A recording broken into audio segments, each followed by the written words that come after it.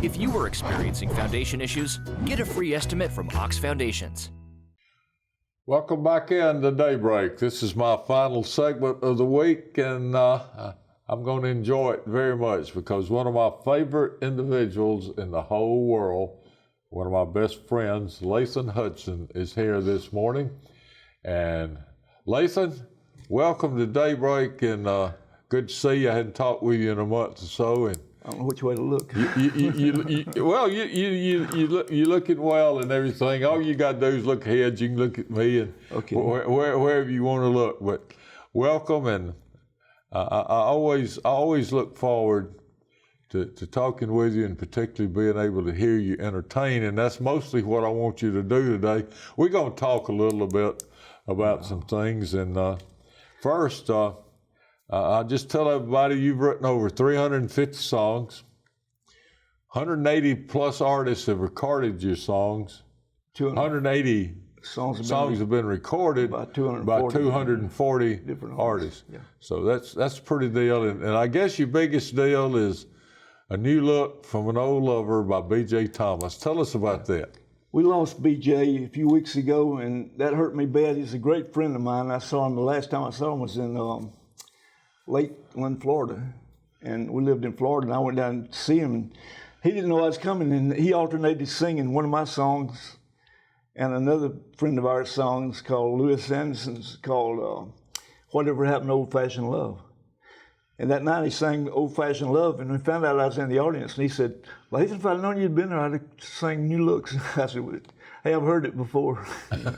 Anyway, he's a great guy. He's an icon in music, and top of that, he was a good person. I mean, one of the most nicest guys you'll ever meet in your life, period. Before I forget it, you just gave me the honor of giving me a draft copy of the book that you've written. I'm working on it. He's working on it, and I really appreciate it. It's a very unique title. It's called Uncle Sniffy, Liars, Cowards, and Fools. I can imagine, and I look forward to reading it, but I can imagine what you've written in there. But let's get to what you want to talk about. It's up to you. Earlier I told Bob that I moved here 4 years ago, my wife and I did, and our son. And Bob was the first person I'd played golf with. And we played a lot of rounds of golf, and then all of a sudden he dropped out of our little group, and I don't know why, but he's hit the ball better than anybody I'd seen. And you played a good game while we were playing. And the story behind it, and I won't bring it up today. That's okay, I understand, man.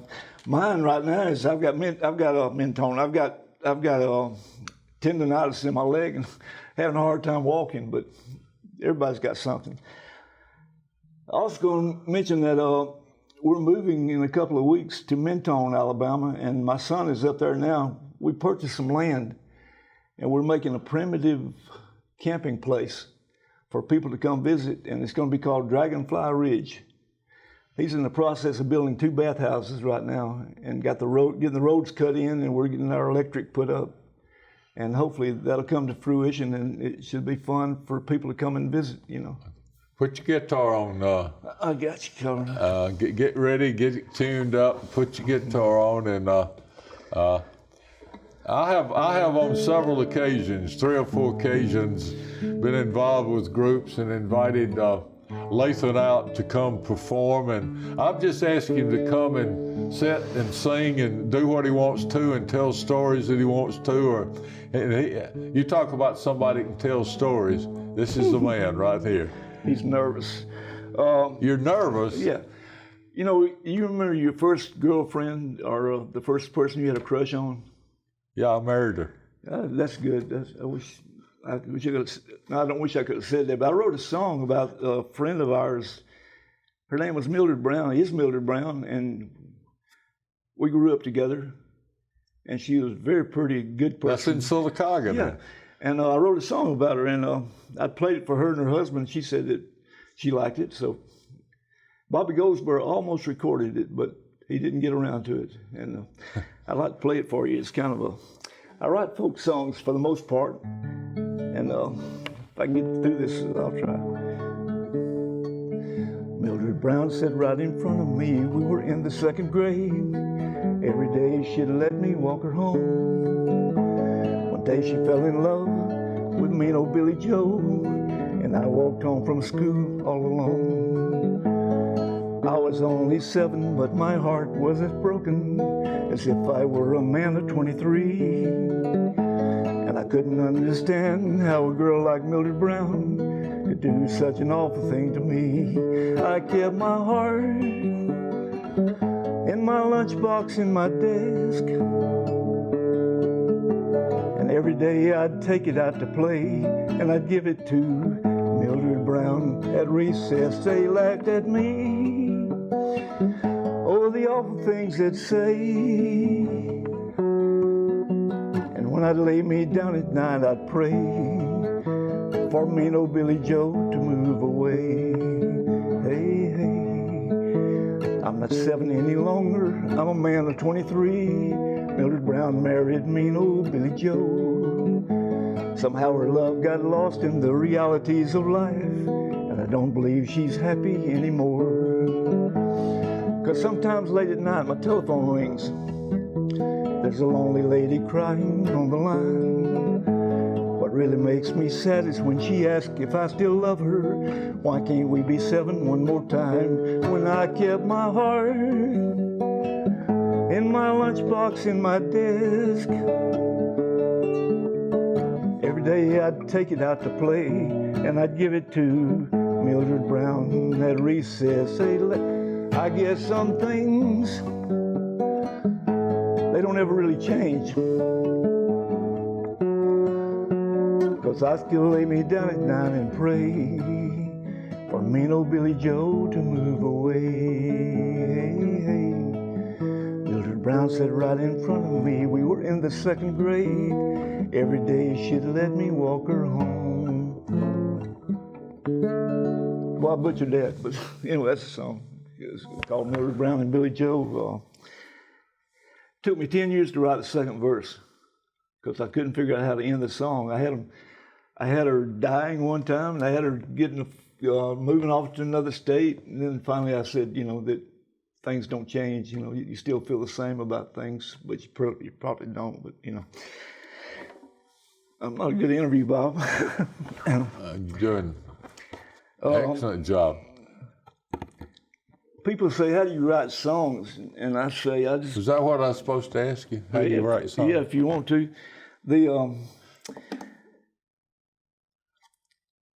I just write about. They say write about what you know, and if you don't know anything, write about what somebody else knows. That's a joke. But anyway, a buddy of mine, we're going to write one night, and we couldn't think of something to write, and so we said, we were in Nashville, of course, and he said, "Let's write about the first thing we look at." We were at his house, and I looked over in the corner, and there was a chain. It was silver-plated butterfly was hanging on a chain, and there were scarlet-colored rubies were being embedded in the wings of the butterfly. Okay, anyway, we wrote this song.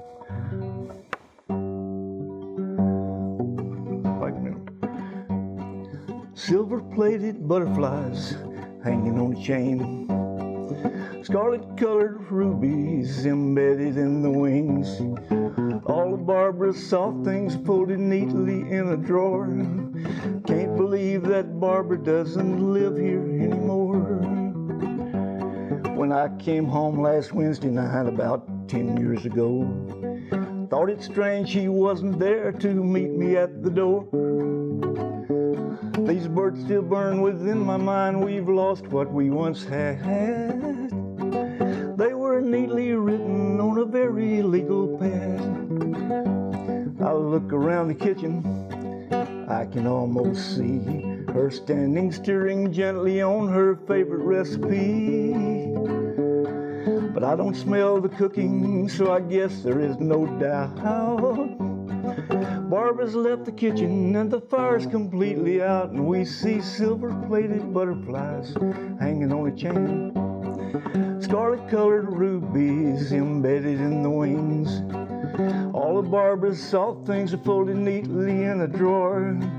Can't believe that Barbara doesn't live here anymore. I water Barbara's flowers, they miss her every day. Her morning glories mourn for her since Barbara went away. The tiny tree she planted, now it's 10 feet tall. It casts a lonely shadow on our lonely garden wall, and we see silver-plated butterflies hanging on a chain. Scarlet-colored rubies embedded in the wings. All of Barbara's soft things are folded neatly in a drawer. Can't believe that Barbara doesn't live here anymore. Anyway.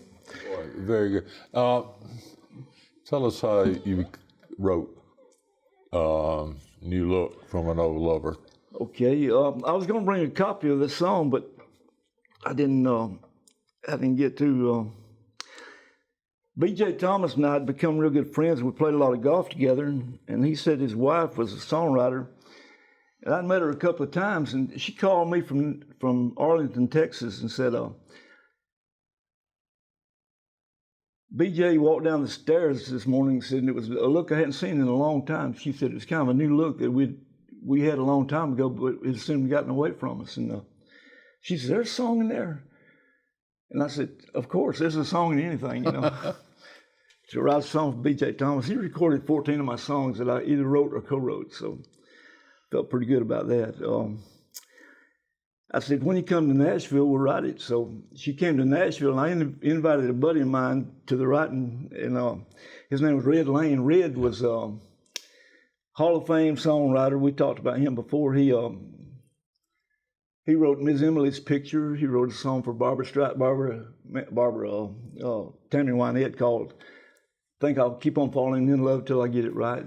And he wrote Blackjack County Chain for Willie Nelson, which is the #1 song for Willie. And we got together in a room one night, and we knocked the song out, and B.J. recorded it. I'll tell you a little story behind the song. He recorded it, and it was going to be on the album, and it was actually the title of the album called New Looks. And it wasn't going to be a single. We was at a show one night, and B.J.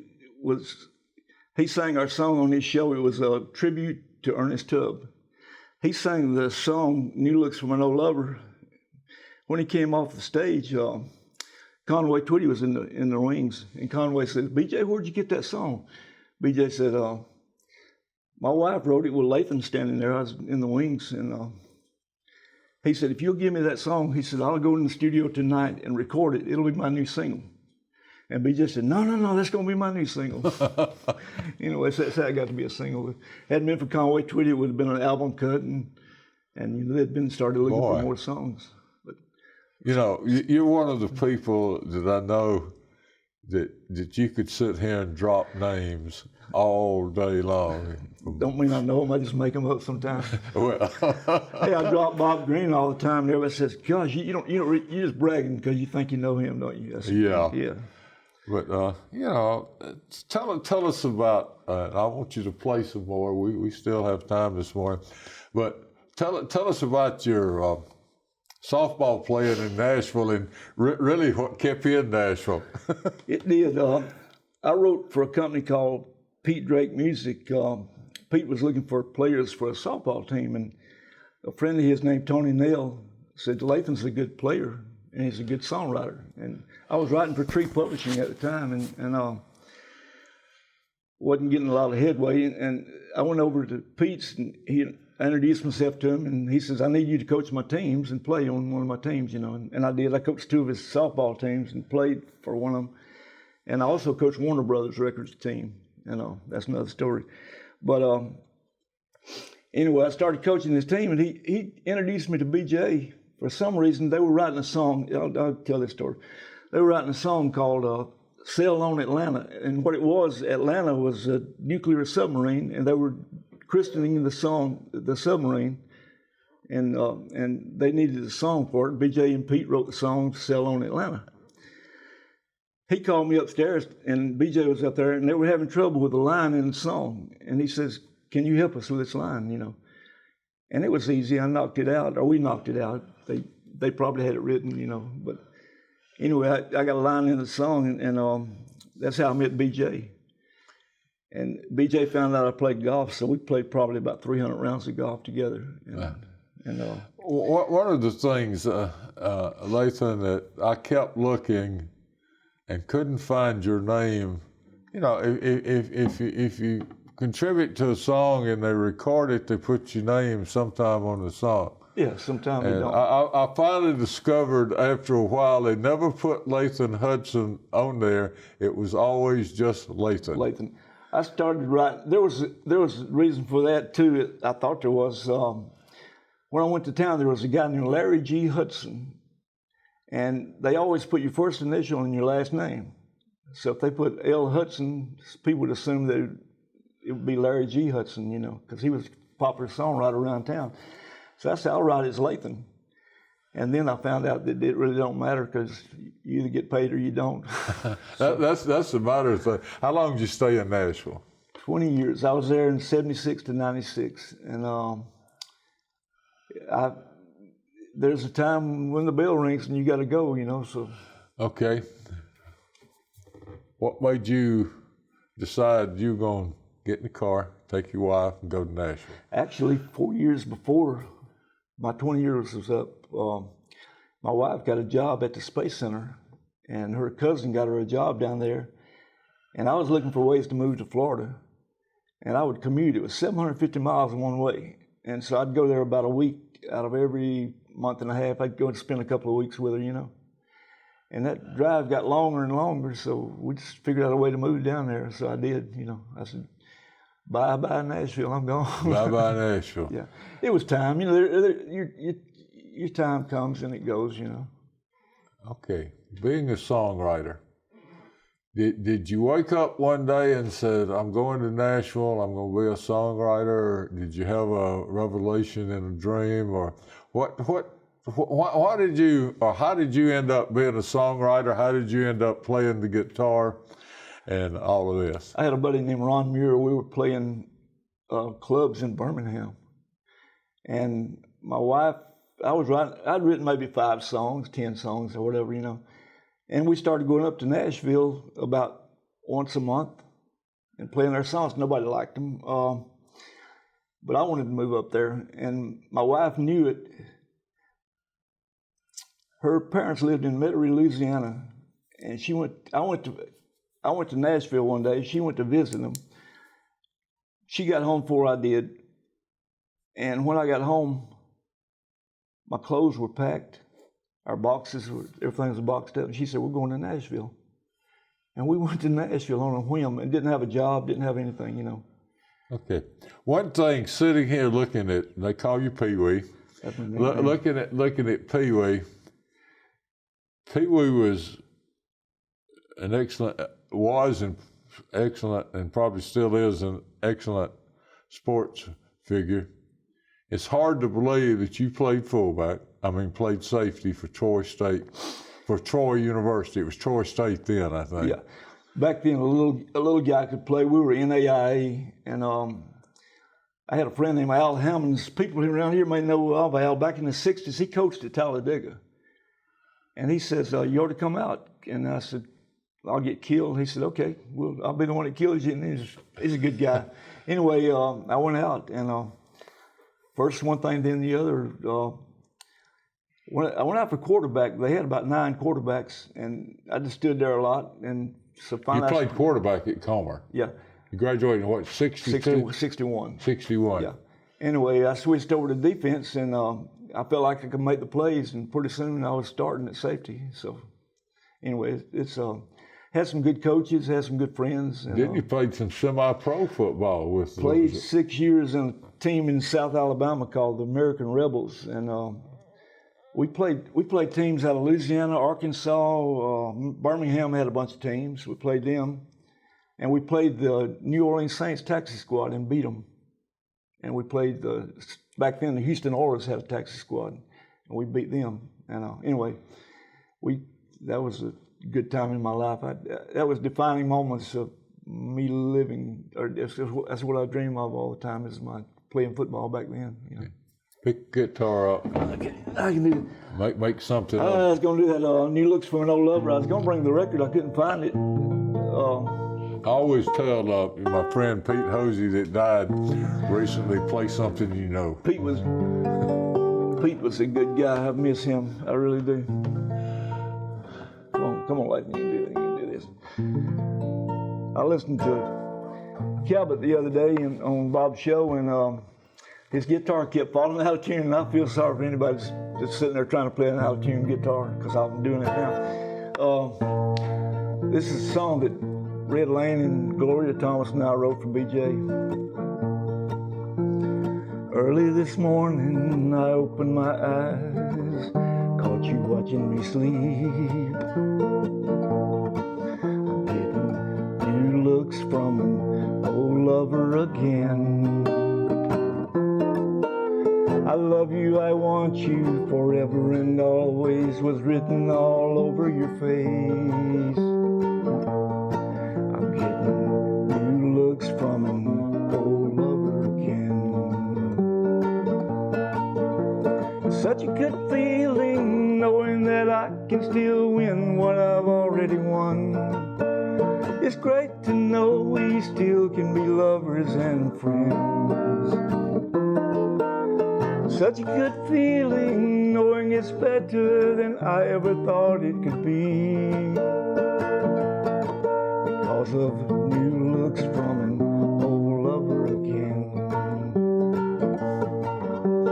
I feel your fingers touching my body and mind as they brush through my hair. I'm getting new looks from an old lover again. Deep in your eyes, I see the hunger that only true love can feed. I'm getting new looks from an old lover again. I won't do that last chorus, I'll just do it like this. I love those new looks from an old lover again. You know, that's, You still get a check every month for that, don't you? every now and then we eat a hamburger and Eat a what? Eat a hamburger. You eat a steak on that. On the music, yeah. Sometimes it's better than other times, but that was a good song. It was worldwide #1, and How long was it #1? 2 weeks on the Billboard charts. That's pretty good. Yeah, and it stayed in the charts 17 weeks. That was normal at the time, you know. And New Looks was the highest jumping song.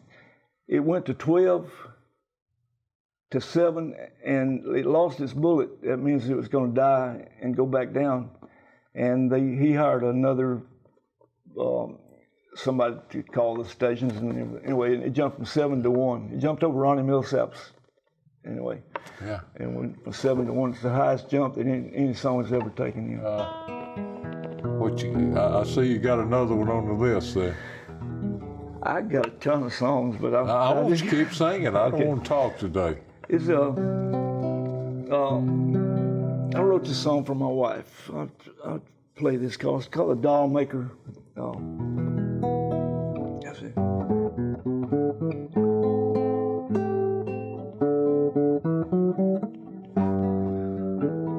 It's about a toy maker. The doll maker dressed you up in silk and fine lace. He put you on a shelf next to me. There I was, a rag doll with an ordinary face. You were too pretty to believe. You're gonna break his heart, said the teddy bear toy. But then I heard a tin soldier say, a China doll girl needs a China doll boy, and soon he'll come and carry you away. But he can't love you like I do. In my dreams tonight there'll be a China doll like you for a rag doll like me. Oh, when would the doll maker see his mistake? I'd wonder each night before I'd sleep. As if by magic each morning I'd wake, you'd be standing there by me. And although princes of plastics and promises, they'd offer their kingdoms to you, my heart was made for your heart. Somehow the doll maker knew they can't love you like I do. And that wise old man could see a China doll like you for a rag doll like me. A China doll like you for a rag doll like me. Mm-hmm. It's called a doll maker. One more, please. Okay. Let me play a song that George Burns recorded, and it's he does these little sketch songs. It was on his "Wish I Was 18 Again" album. I met him, got to meet him when he was still alive, of course. So, if I can do this thing, I give you $40 for your dirty alley. Let me tell just a quick story, real quick. Okay, there was a commercial on TV that says, Miss Jones, I'll give you $40 for that shirt. And then he tears it in half. He said, I'm gonna watch half of it in this box of Tide, another half in another leading detergent. He said, I bet you shirt's whiter on the Tide. Anyway, I wrote, I give you $40 for your dirty alligator, gonna wash him in this big box of Tide. Wash my crocodile in another strong detergent, bet your alligator's whiter inside. Hooray for the funny farm. 3 cheers for the funny farm. Another funny day at the funny farm. I got 2 blind crabs for $7.98 with red racing stripes underneath. I'll trade you dead even for a $1 bill and your crab if he ain't got no teeth. Hooray for the funny farm. 3 cheers for the funny farm. Another funny day at the funny farm. When people see animals they don't understand, they lock them away in a pen. But the fences keep the animals from getting out or people from getting in. It's been nice talking to you. I'll go back to my castle when they lower the bridge, cross the moat. If I fall in the water, I'll go straight to the bottom. There's just too many straps on my coat. Funny farm. Hooray for the funny farm. 3 cheers for the funny farm. Another funny day at the funny farm. Anyway, that's about people that... I remember the commercial well. Remember George Burns, too. Too, man. So you talked you talked to him. Got to meet him, yeah. Lathan, it's been a pleasure. Sorry to see you move to Mentone, but, you know, road runs both ways. We all got cars, and I'm not going to camp out with you because I had enough camping when I was in the Army. They can be like cabins, so if you come up there, it's going to be nice. If you got a cabin, I'll come up there. But once again, I had Lathan Hudson with me now, a renowned songwriter, #1 songwriter that's had written more than 350 songs. More than 240 artists have recorded his songs. Lathan, I'll tell you later about why I quit playing golf, but it was a pleasure playing with you, and I'm not as good as you kept saying up. But he is it's, that good. I meant to get into your grist mill and everything going on, but That's okay. we didn't have time. We got about a minute left here, and anything you'd like to tell your fans out there? Well, I'd tell them if I had a chance to meet Bob Green, I'd jump up and down and run as quick as I could to get to see him, because Bob's a good guy, and he's I've been knowing him since not too many years ago. We met what, about 10 years ago? I don't know. Bob set me up to play at the where was that? It was a Comer Museum, wasn't it? Yeah. And he fixed a writer's night for me and a book signing, and not many people would do that just over the phone, and I'm appreciative for that. There, I'm a legend in my own mind. Okay. Lathan, it's a pleasure having you on this morning, and when I'm on here again, I guess Jimmy Dale will invite me back. I hope you'll even drive down to Mentone to be on. And it's a little bit unusual show today with you and Cabot this weekend, just performing. And thank you for coming out. I enjoyed it. And I enjoyed Cabot yesterday. I really did. Or day before yesterday. It's very good. And